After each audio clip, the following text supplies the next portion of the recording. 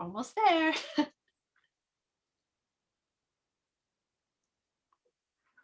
There we go. Awesome. We're live. Hi, Kelly. How are you? I'm great. So nice to see you. You as well. This is the only way we can get to see each other right now. Yes, yes, it is. So for those of you that don't know me, I'm Ashley. I sit on the board of directors for BPW Moncton. And here with me tonight is Kelly Tallon Franklin, and she is our BPW International Human Trafficking Chair and the Canadian International Ad Hoc Committee Chair. So she leads both of those for BPW Canada and BPW International. So welcome, Kelly. I'm so happy you're here to chat with us. Thrilled. Thrilled. Yeah, Absolutely thrilled. There's so much happening in Moncton right now. so much, and there's nobody better to hear to have talk about it than yourself. And just to give everybody a little bit of background, Kelly is the founder of Courage for Freedom, a Canadian-based organization that exists to educate, train, and certify frontline and community service providers on proven strategies and prevention tactics to serve vulnerable victims of human trafficking and sexual exploited girls. So a really heavy topic, but a really, really important topic in our country and right here in our own community of Moncton in Atlantic Canada. So I feel privileged to be able to sit down and talk to you tonight about this. And I know I'm going to learn a lot. So thank you again. It's good to be here. There's lots to talk about. We have a lot of work to do together. We do, and education, I think is a really big part of it, especially I can, I guess, speak mostly to Atlantic Canada, as I don't think a lot of people have awareness around the subject. So I'm hoping at the very least we can shed a little bit of light on that this evening to help get the conversation started and move towards action. So maybe we can start to talk a little bit about Courage for Freedom and yourself and what the organization is. Sure. So Courage for Freedom was started a long time ago. The focus of Courage for Freedom really shifted gears in 2019 when we were doing a lot of community work and really seeing changes in what was happening around human trafficking, sexual exploitation. And the big thing for us was all the changes in what we're seeing happening in the lives of minors. So we pivoted and we made sure that we were creating curriculum for those that needed the training. We were working in the front lines with minor age girls and their families. We were engaged with other organizations, with police officers, Crime Stoppers, victim services, community agencies, and people to, first of all, do the work. So we actually have frontline support programs for minors that need help and exiting strategies, a safe place to stay, and help to network to whatever they need to break free from this crime. Then we also take the information that we know and we have learned, plus our horse therapy programs, and we actually use them for the betterment of other organizations and programs. And we offer this training, this frontline informative information that's tactical and helps with procedures, but it is all person-centered and it is all trafficking trauma informed, and it really puts the victim survivor and their families at the forefront of all the work that we do. So I am a human trafficking survivor. I've also had a lot of other things happen in my life, but for me, that's when dinosaurs roam the earth. I choose to focus on what's happening today. What is happening now is that 68% of all those trafficked in Canada are under the age of 25. That's deplorable. If you think about a 16, 17, 18-year-old, 19, 20, even 20, 21, 22, we didn't have our brains fully connected. We know that from psychology. Our frontal lobe and our cerebral cortex, this is risk mitigation. This is the gas and the brakes. They're not fully functioning yet. And yet we as a nation and in your community in Moncton, we're saying it's girls' responsibility to keep themselves safe. Are you friggin' kidding? I couldn't even make my bed in a timely way. And over the course of our work, I'm staring at my whiteboard over here and I have 31 girls on it right now. And they're always in my heart, but I always have to think of what stage they're in and how we help them self-direct their care, because there's so many issues in the complicity. There's so many issues that have to do with their care. And I can tell you, I am 59 years old, March 7th, and I still deal with my PTSD trauma from this issue every day of my life. So just throwing them a little bit of funding from the government and saying, oh, here's 3 months of care, it's a lifetime of care. So one of the things we really focus on is prevention and prevention before intervention. And that's why we were actually scheduled before COVID to come out. Yeah, I said the C word, to come out and work in your community together, because we knew. And for us, the hole in the bucket is getting bigger. And I can't just work every day with clients across the province of Ontario. I have a responsibility and a civic duty to shrink that hole and protect children. And it's heartbreaking, and I think it's a topic that's it's easily ignored because we don't believe it's there. So just a little recap: you work with survivors of human trafficking, but you also do, like you said, a lot of preventative work. So could you maybe tell us a little bit more? We talked briefly about the trends in Canada, but what are you seeing in Atlantic Canada? I know I want to say last month.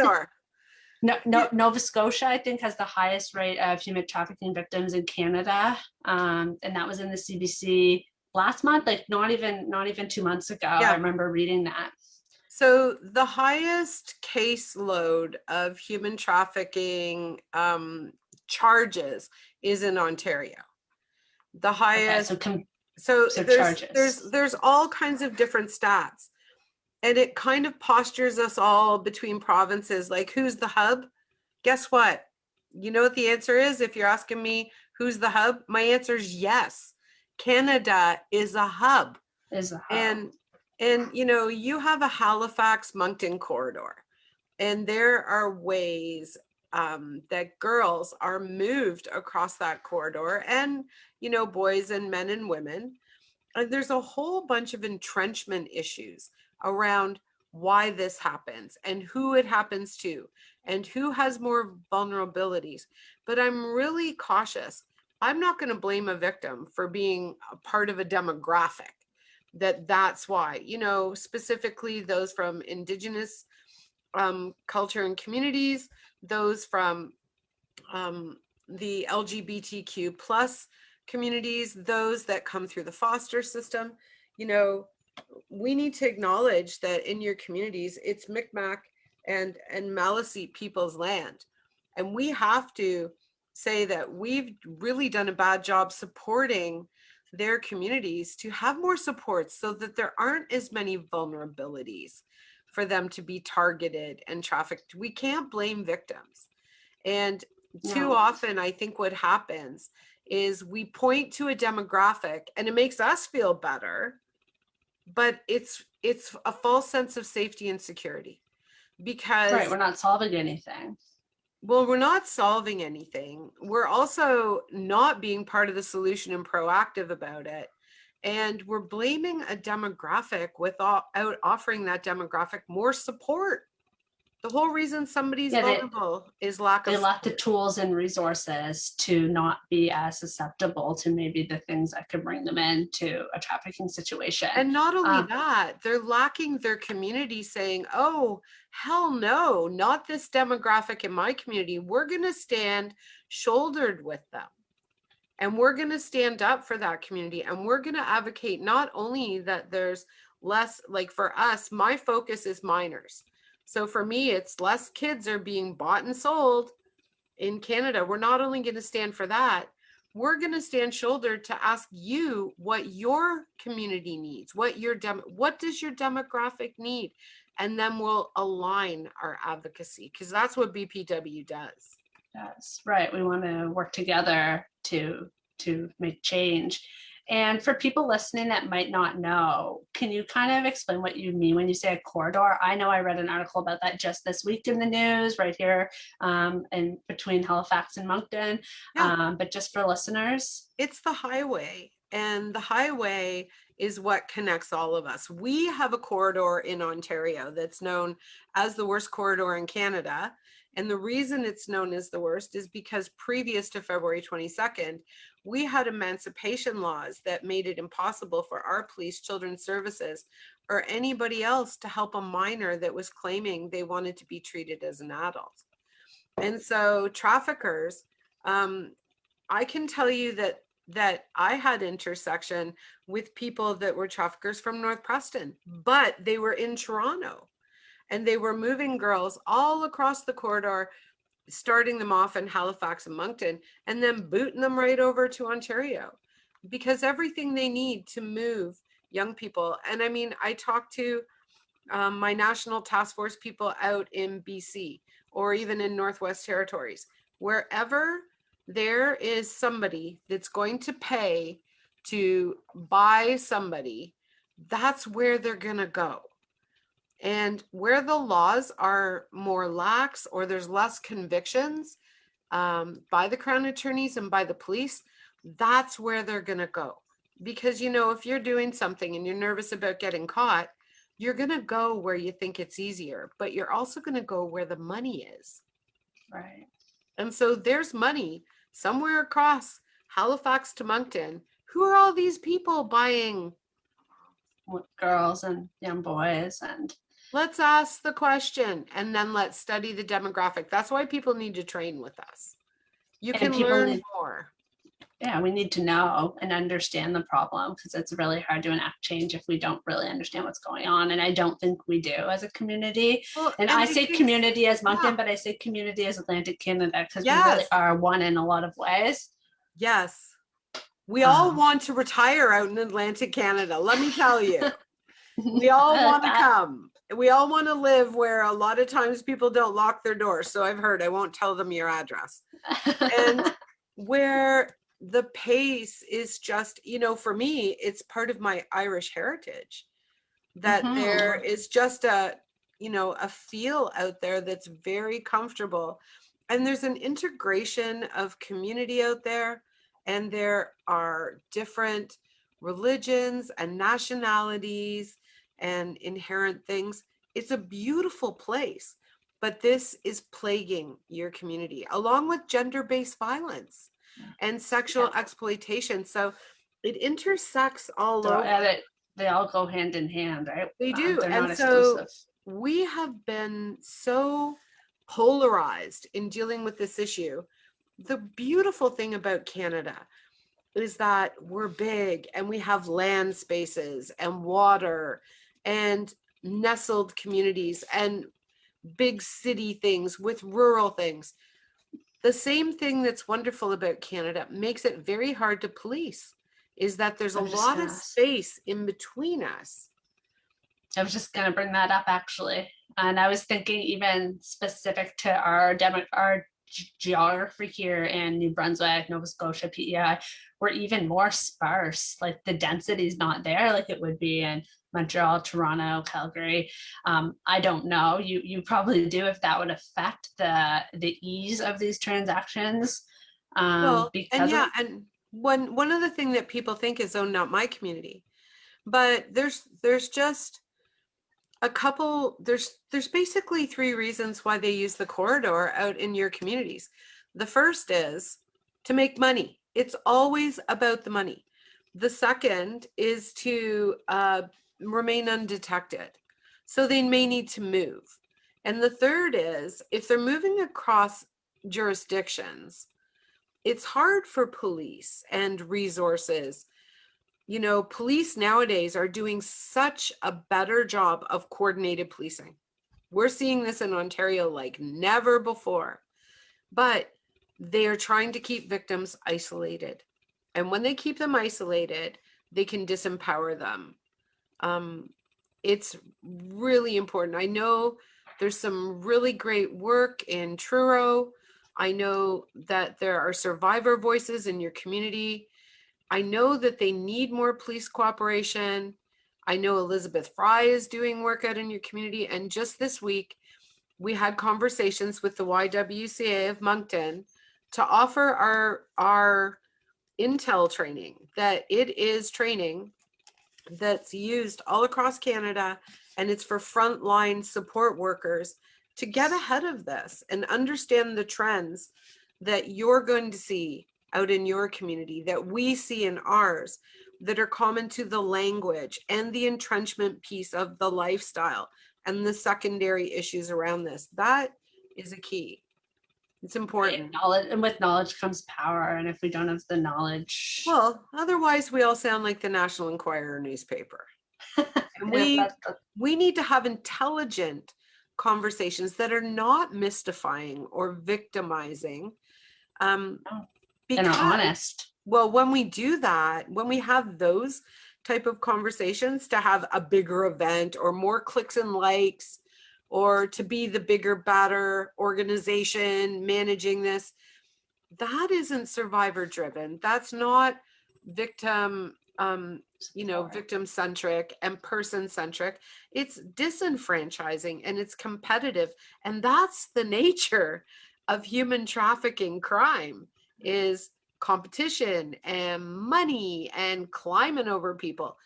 Our work and the work in your communities, they're working really hard. I'm not going to come to your community and tell people what to do, but I'm going to offer what years of my experience, the experience of our agency, our work across Canada, and working with girls and their families from your community, and girls from our community being, girls from our community get taken your way. And I use the feminine pronoun, I'm sorry, because the majority of my work is minor age girls. Yeah. And I mean, that's a reality, and it doesn't mean that other genders aren't affected by this. And those girls are someone's daughter, someone's sister, someone's friend. Yeah. And they're the ones that we have a civic duty to protect as communities. Yeah. If And we're only training them in schools what to look for. Out of the 300 young people I've worked with since 2013, there is not one of them that sat with me and didn't say, oh my gosh, yeah, that's what I took in sex ed, or that's what they were talking about, no, or that's what that poster meant. I think we shelter youth, and with the inception of social media, the age of the internet, access to information, and therefore potentially even more dangerous situations than maybe decades ago are probably way more prevalent than ever. And we aren't maybe giving our youth the tools they need to protect themselves, because we're maybe trying to protect them. That's just a perception. And we're trying to give them tools that capacity wise, with their behavioral cognitive development, they are not able to take and utilize in their life, because we talked about it. Gas and brakes aren't working. And they're impulsive. Well, and of course, as soon as I talk as an older adult, except, I can talk gang chick language. I can talk Jamaican patois. I can, you want to throw it at me. I'm an OG gang chick from back in the day. So, I mean, they look at me and think it's funny, but when I'm able to reach a young person and share the experience and say to them, oh, sweetie, right now your head's doing this. And they have never had anybody talk to them like that, to understand the entrenchment, to be able to help them understand it's PTSD. It's not your choices. You have limited choices until, your neurons start firing again. And don't trust me. That's why I use horses. So, tell us a little bit about that. To have your folks in your community that do the deep dive and the hard work with those that are victimized, and for their opportunity to become a survivor, they have to be game on. Sometimes they only have one shot. Police need specialized training to understand the non-victimized policing policies and procedures and current practices. We talk and work with police all the time. Their hearts are broken on this issue, and they struggle with their own vicarious trauma from everything they see every day, not just human trafficking, everything else. You know, the youngest person I've worked with in this has been 4 years old. And that's just not something that should be happening in any province, in any. I have a 2-year-old. Like, that's just like, no, I can't even wrap my head around that. You know, and the trends are now on screens that can lure kids in, and watching our language change as communities where there's objectifying, hypersexualized language. And I'm not a prude. I'm sassy as hell. I am. Ask anybody. Well, don't ask my husband, because you'll get a big woohoo yes. But I am not a prude. But I am always looking at our responsibility as a community about what we're messaging and what empowerment truly looks like to young people. How does that look? And you know, empowerment to an adult woman is very different than empowerment to a kid. It's like saying, we both of you can read the manual, but who are you going to give the car keys to? Right. Exactly. It's all about comparable. It's called capacity. And anybody that works to help through their organizations, through their community, in women's empowerment, and in, you know, just helping your community to stay safe and protected. Everybody knows it's about capacity, because for me, it wasn't until I was 39 that I had the capacity to understand even what had happened to me. Right. That's a long time. It takes it's a lifetime healing journey. I don't every day even begin to understand. Every day it bothers me, and every day I have to tell it to shut up. We're going to go win a day. One day at a time. You're going to help somebody. Yeah. For people listening, I want to make sure we educate them a little bit tonight. What are, and this is a big question, and I don't expect to cover it all, but signs and indicators someone may be experiencing or be a victim of human trafficking. Well, and maybe you talked a little bit about trends. And I remember when I met you in 2018, I want to say, I remember you talking about the internet and how girls, I wasn't surprised that it was happening on the internet, but how girls are actually being trafficked right from their own homes. Yes. And in some cases, they're not physically being moved anymore, even though that's still very common. No. And that blew my mind. Like, I didn't even. So that's why, so here's how it is. I'm on chapter 159 with this issue, and a lot of people that might be listening are on chapter 1. Some of the people that need training need chapter 5. Some need chapter 100. So for me to just give you 4 signs and just flip them out is almost irresponsible. I can give you a few, or you can go to the Canadian Centre to End Human Trafficking and look at some common signs. What I really think is more important is to get in a group that's offering a town hall. We were scheduled to be with you guys to do a town hall, and we have training at 3 levels. The first is just for the community. The second is for the community that wants to know a little more. That's level 2.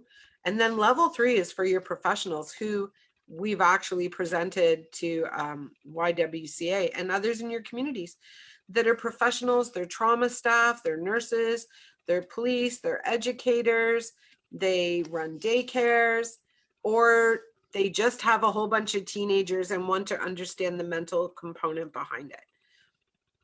Some of the indicators that are important to acknowledge is somebody just looking like something's off.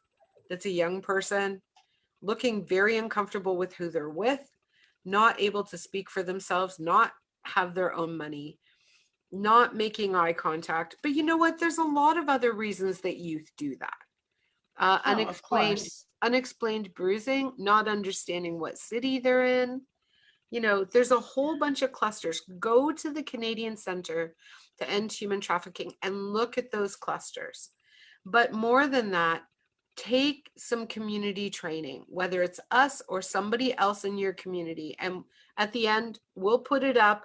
People can email us. Well, it's office@courageforfreedom.org in case I forget. Email us. We'll tell you what we're doing, what you can take, how you can get involved, or how you can bring this back for your community. Because I believe more than just knowing a sign, you need to understand the behavior. And that's what we did in Ontario. We did something, we identified that there was a corridor in Ontario. We went to our member of provincial parliament and our federal parliamentarian, and we just said, okay, this has to change. And it started because a 16-year-old survivor I was working with, we were traveling across the corridor here, the 401, 400, QEW. You know, if you've been to Ontario, you've been on these highways.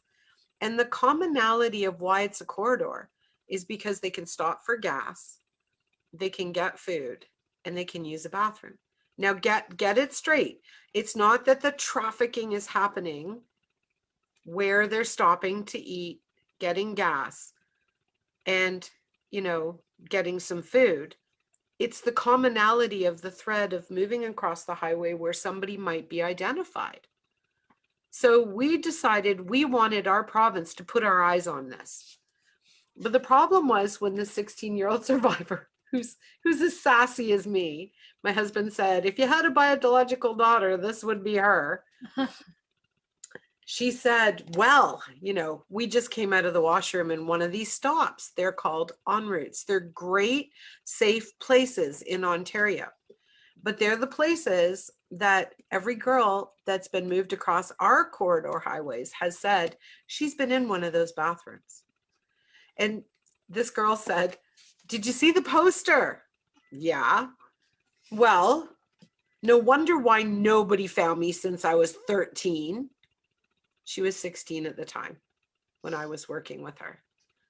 She said, the kids got really, shitty clothes on.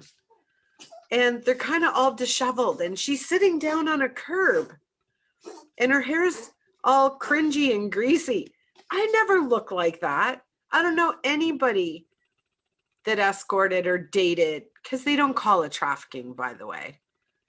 No, that's a good point. I knew that. Doing calls, doing car calls. See, we have to give the community the language so when they hear it, they know what they're hearing. Right. So anyway, she said, well, no wonder nobody found me. I don't look like that. And the poster's black and white. And, you know, there's a man standing behind her with his arms folded, big looming guy, and he's headless. And she said, what the frig's the matter with everyone? We could solve this issue for the whole nation. Just arrest all the headless men. And we realized, you know, and I knew this as a survivor myself, that the re-victimization, you know, doing posters with handcuffs on and doing posters with shackles and chains and things around their face. And that's the reality of it in over 98% of cases is that those bonds are psychological. Yeah, they're not physical. And so if we're looking for the girl in the poster, we're never going to find her. And we're going to scare the bejesus out of anybody from helping. So what was really amazing is we decided to create advertising that was non-victimizing, that put the community's attention on some girls taking selfies, hanging out on their car and saying, not everybody traveling the highway is having a good time. Know the signs and learn the behaviors and call the hotline. And we advertised 16.8 million screen impressions to 550,000 people a day for 30 days. And we know that those people, when we celebrated Project En Route, which is now Project Maple Leaf nationally, that people put the number in their phone. They learned what to look for to get their head out of their phone. They learned that girls are not traveling the highway, and those trafficked are not traveling the highway reading billboards.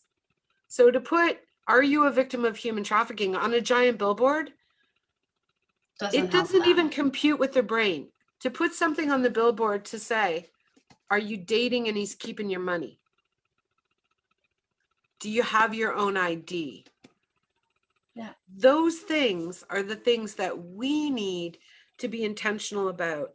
And so maybe the billboards for us, because we don't know about human trafficking, but we need to start speaking the same language as those that are being victimized and criminalized, so they know, we care, and we're going to do something about this. If you want help and support, here it is. And if you can't call for yourself, I've got this number in my cell phone, and I have to learn how to safely disclose. You know, you can't go and approach a girl. Somebody else is watching her. She could get beat or even killed for talking to you, exposing the crime. We have to remember there's people, and we're messing with their money, and they're criminals.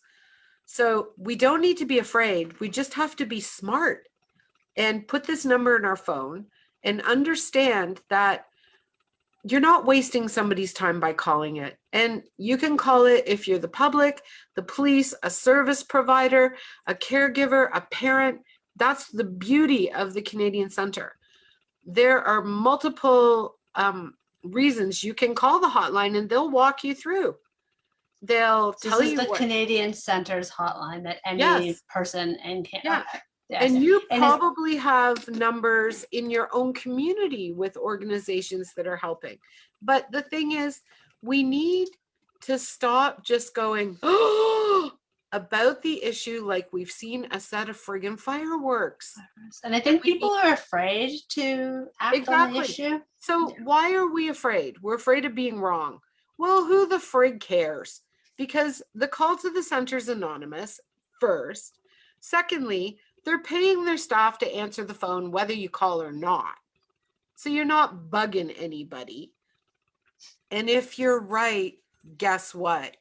Big friggin' win. And the other thing I will say is, if you really want to keep your community safe and you believe you're seeing something and you're seeing it in real time, and you're not afraid to leave your name, call your police services, because that's one call in and a response. Canadian Centre, if it's an emergency, it's one call in and then the call out to the police services. Right. So you're saving that extra step, and that's Yes, vital you are. time, right? It could be very, very vital time. And for some girls I've worked with, that extra 2 minutes of being put back in a car and a move and not being seen till they're down the highway. You know, we've lost too many sisters. There are sisters in this survivor fight that we have lost too many people in this fight. We've seen them moved up to Thunder Bay, out east, out west, through Ontario. And there's little pockets where they get an opportunity at extraction and self-directing themselves out of this. And all of a sudden, there's not enough resources. There's not enough care. There's no trauma supports. There's no safe housing. Right. They get out, but then they don't have the resources. No, and and there's stigma. So here's one of the conversations I think, sorry, I'm amped up about this because go for it. We have to do better. It's on our watch. One of the things that is the hardest is, you know, there's a lot of entrenchment into addiction and substance abuse. And a lot of it didn't start before the trafficking. A lot of it, and who cares if it did, they're just further entrenched to have to stay in for survivor sex or whatever else is happening to them to feed the addiction, because they don't know how to get out or how to get help. And they're so stigmatized and looked down upon our society. One of the part things of the mental control that you talk about, right? Exactly. So it's mental health, it's physical health, it's addiction support, it is trauma support, it's housing, it's in the future, it's education, and it's ongoing support, and it's life skills. And, you know, I work with girls that at 16, they don't know how to cook for themselves. They don't know about nutritious meals. They can't just, we can't just throw them in a place, sing kumbaya to them and send them back to school when they've been trafficked intermittently from 12 to 16. And now at 16, we need them to live a normal life. What the hell is wrong with us? It's not going to happen that easy. We just can't throw money on it and see it change. We have to be part of the change with them. We have to have these informed centers and these organizations that you guys have out in your community, and we have to fund them better, stand with them, help them be trained, and just message. The government can't solve it all, the community. So that's one of the reasons that we saw doing what we did across the highway. So we went to the Minister of Transportation, and we went to the shadow cabinet minister on the status of women at the time, and we said, hey, this is on your watch, what are we going to do? And their allies, they're like, wow, let's do something. So we created Project En Route, which is now Project Maple Leaf. Just Project Maple Leaf is here now to create a movement of people. So I don't care what sector you're from. I don't care your religion, your orientation, how much money you make, what car you drive. I don't care about any about that. I don't care what kind of licensing you have. I don't care. You know what? Are you a human? Good. You could be a good human in the fight against human trafficking and sexual exploitation of our kids. I need you. And so what we say is, hold our sign, join Project Maple Leaf. Join a movement, take a challenge, and add your voice to say, I, BPW Moncton, want to eradicate the buying and selling of girls and boys children in Canada. And then challenge all your friends and neighbors. Because you know why? When we grow that movement like we did for Project En Route, now Project Maple Leaf, the government gets involved. Industries get involved. Civics, organizations, unions, blah, blah, blah. You add it. Corporates, Indigenous communities, they get to add their voice. And together we make a big noise, and the government usually notices. So in Ontario, we now have the strongest strategy to fight human trafficking and sexual exploitation because Ontario made a big noise. And the government listened, they did their homework, and they funded. Is it enough? No, we keep pushing because it's never enough. But we're gonna cooperate with them. We're gonna build alliances, and we're just gonna decide that we're gonna do something. So we're building the Project Maple Leaf movement with voices. It's easy to do. Just email us. We'll send you a sign. You do a social media, you post it out, and people go, oh, what's that? And you say, you got 2 minutes? Let me tell you.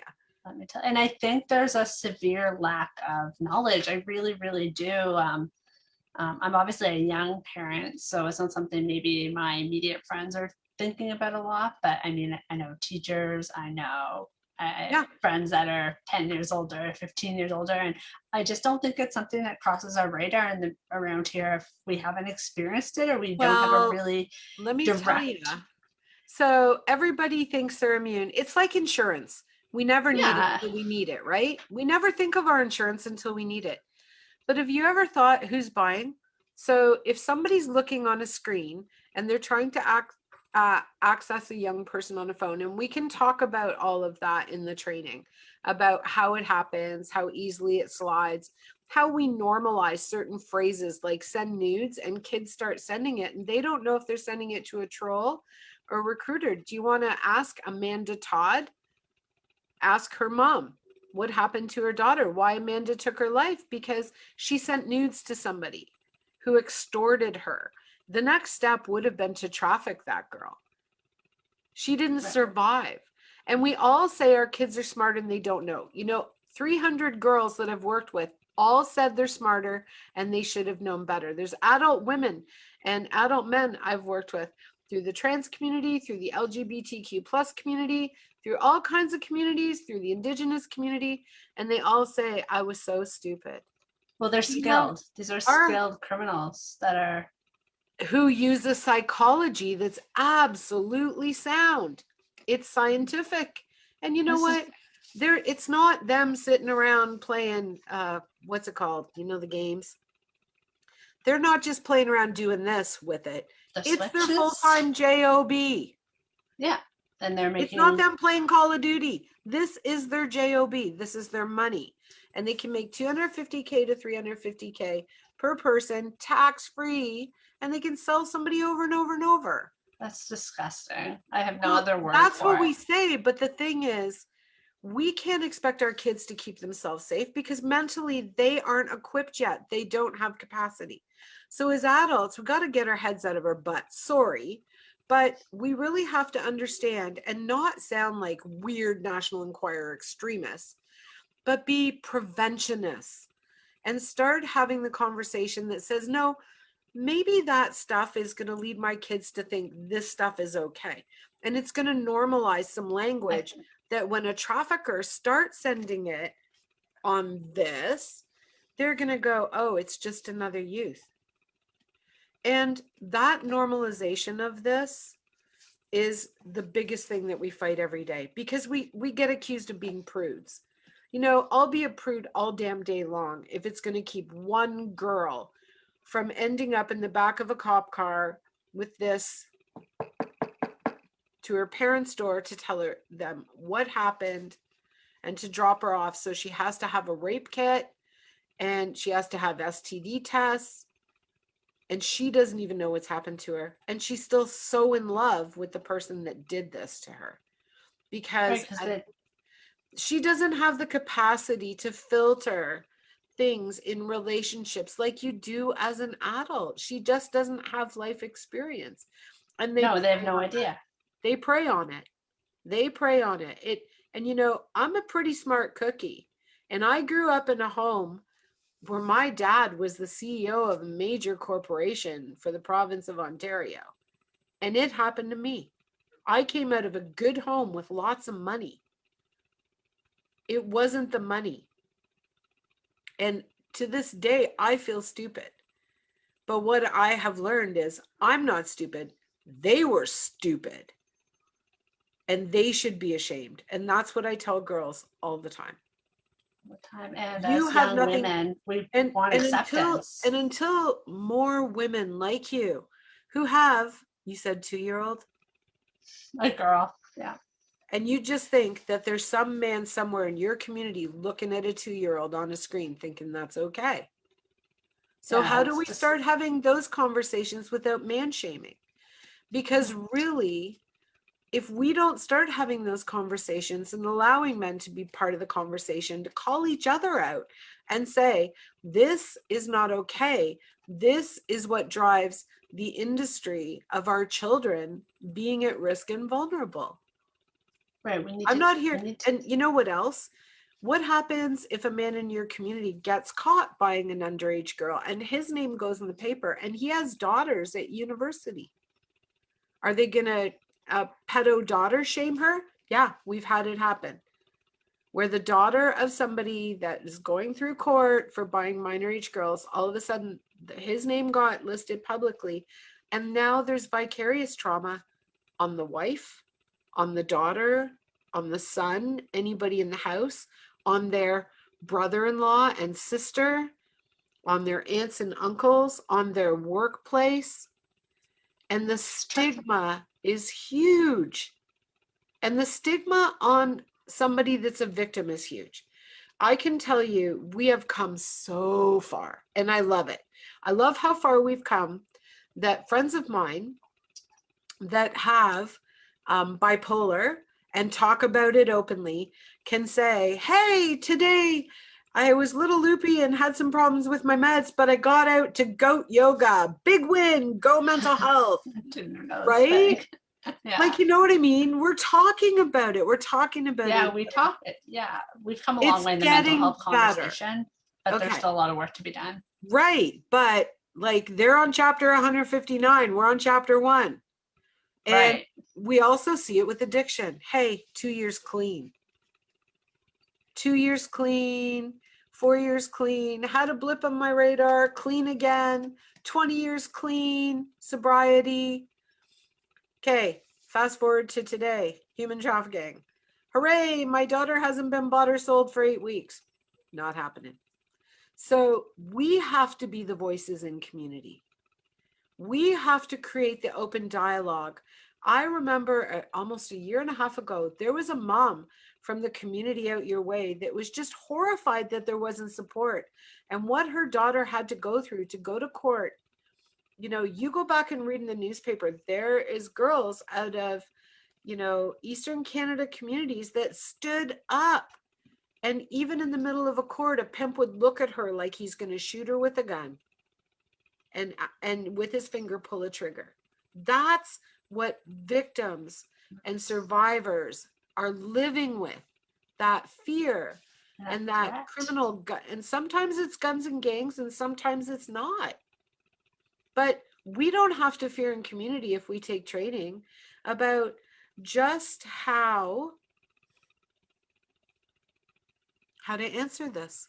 And it starts by holding a sign and sending your message to your community that I am on board, that this is not okay. And I don't know what else I'm going to do yet, but I'm going to learn a little more and I'm going to get educated and I'm going to let those that are professional know I am standing with them. I'm going to let those special human trafficking police officers know that we need you to do non-victimized policing. We need you to try to get those conviction rates up, but we need the places that are working in community to be able to stand and offer support to somebody if they decide they're going to be a witness. It's a decision. Yep. You going to tell me to go through 18 months of my life and be re-traumatized and live my trauma every day so somebody can cross-examine me and there's no support for me? No, there has to be support. It's so complex and Yep. so sad, and I just wish I could fix. I mean, I just want to fix it. But we can, and you are, because you're having this conversation. And I think for personally, I really just want to educate people, and I guess it's something I bring up when it's appropriate now because I don't think people know, and I didn't know. I may still have no idea had I not met you 3 years ago.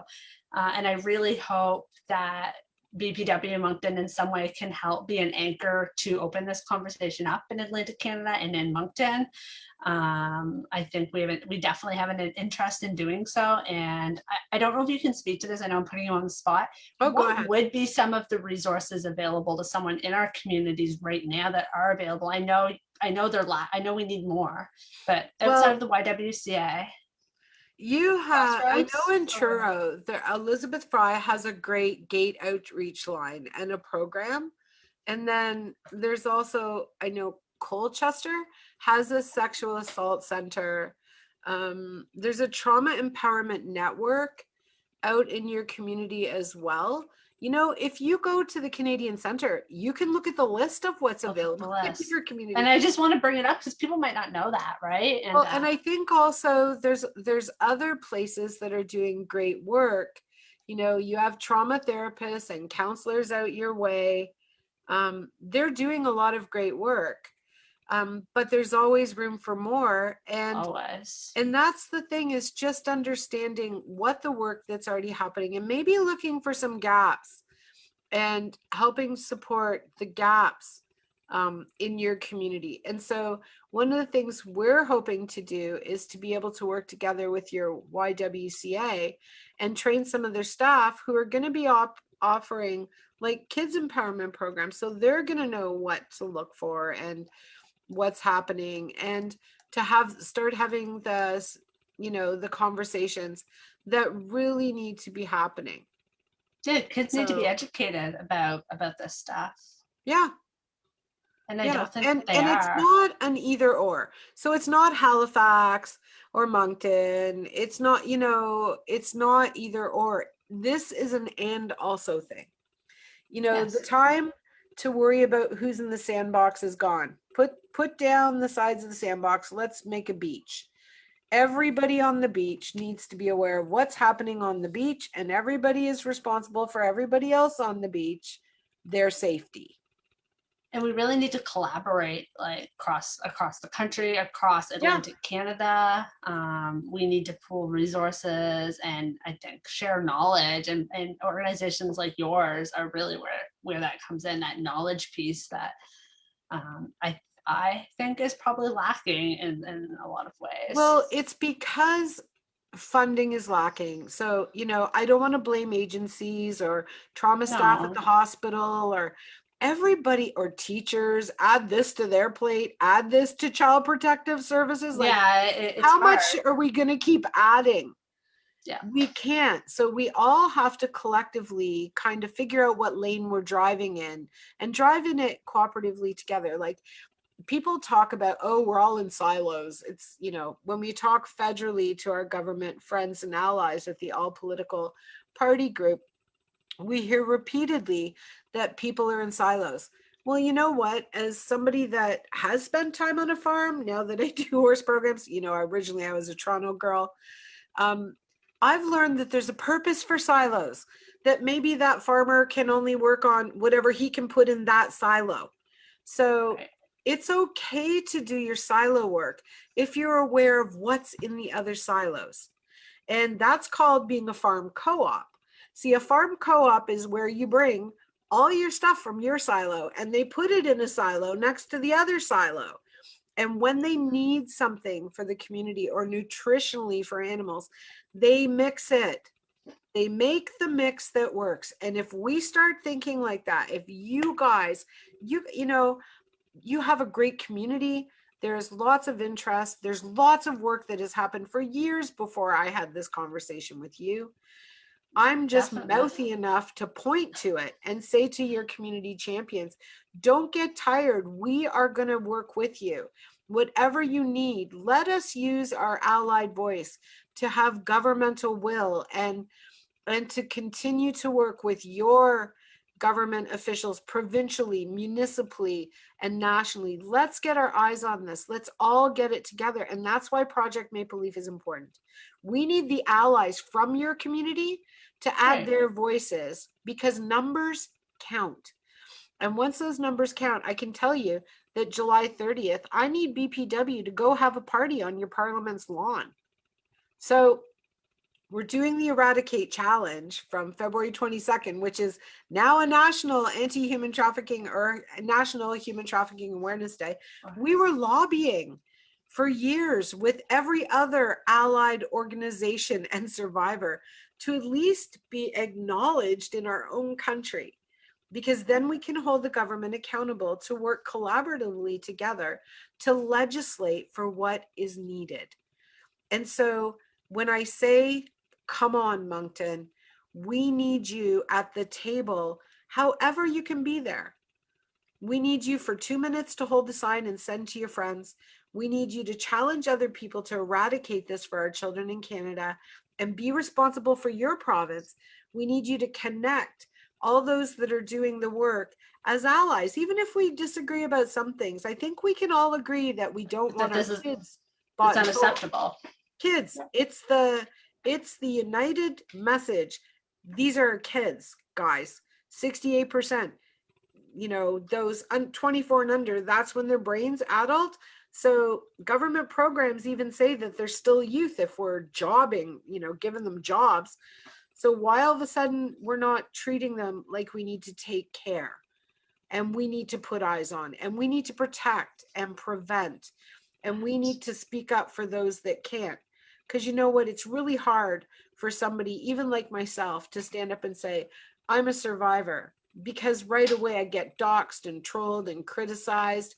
But I couldn't care less. If we can keep one more young person from being dragged around your corridor so that for the rest of their life they need trauma care, it is worth it. And so I need people to go to courageforfreedom.org. I need people in your community and everywhere in Canada to go to office at courageforfreedom.org and ask for that sign. Learn how to use it for your social media. And we're going to keep building the movement while my national task force team of 20 professionals and survivors and communicators and Indigenous leaders and the sector leaders for, you know, everyone. We have a sector leader for everything. They're building information, and I have a research specialist, and she's looking at all the things that Parliament said they were going to do and all the reports that everybody said they're supposed to do. And we're collaborating all of them together and amalgamating all the data and looking for the gaps and then summarizing so we know in September what we need to ask parliamentarians to do. I'm so And then excited to read this. BPW will have a job. You guys are resolution writers extraordinarily, and we will give you what you need along with the Canadian Federation of University Women. We'll give it to the Canadian Council of Muslim Women. We'll give it to the Indigenous Association of Women of Canada. We'll give it to whoever can use it. Right. But you want to give people the tools to lobby and make a difference. And don't try to own it. Let it belong to the 16-year-old girl that started all of this. It's hers. We have to honor her. She started this movement. It belongs to her. Nobody needs to hijack it. Everybody can participate, but we have to point it back to the fact that we listened to a survivor. Because unless we do that, the hole in the bucket's going to get bigger. So you need to mark the calendar. July 30th is the UN Day to End Slavery of Persons. Everybody in your community needs to be ready to go to your parliament with their sign and just stand at 9:20 a.m. COVID willing. And if COVID's not going to let us, we're going to have to find your sneaky sneaksters out in Moncton that will take, print, copy these signs and populate the lawn of Parliament with them. Right. Because do it safely. Every province has to unite on this. Those people are not just traveling your corridor. They're traveling my corridor and Manitoba's corridor and Saskatchewan's corridor and Alberta's corridor and BC's corridor and Quebec's corridor and every territory's corridor.